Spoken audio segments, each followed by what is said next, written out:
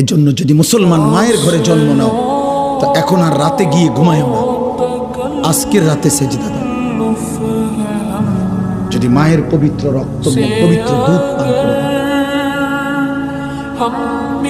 বুঝছো মিয়া? জীবন জানোয়ারেরও পার, রাত কুত্তারও ভোর হয়, রাত শুকুরেরও ভোর হয়, দিন কুত্তারও সন্ধ্যা হয়, সারাদিনের খাবারের চাহিদা জানোয়ারেরও পূরণ হয়,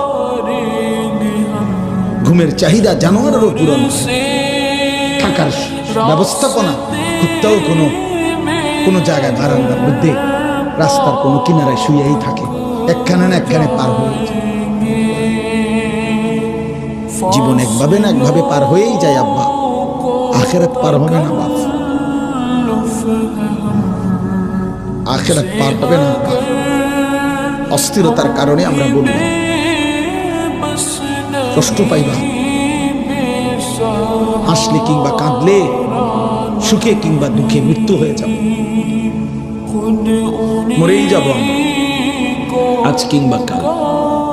নাম ঘোষণা হবেই, মাইকে এলান হবেই, আজ সে মরল, আগামীকাল আমরা কিতাবে পড়ছি এক বুজুর্গ এক আল্লাহর ওলির একজন মুরিদের সাথে নিয়ে উনি দাঁড়ায়া ছিলেন রাস্তার পাশে। তো এই সময় একটা লাশের খাটিয়া নিয়া ওইখান দিয়া মানুষ যাচ্ছিল।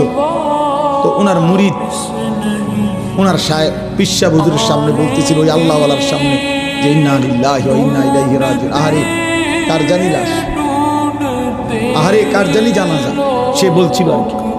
কারণ আমরা কিতাবে পড়ছি ওই বুজুর্গ সাথে সাথে চোখের পানি ফেলে দিয়ে বলছে, হয় তোমার লাশ নয় আমার লাশ।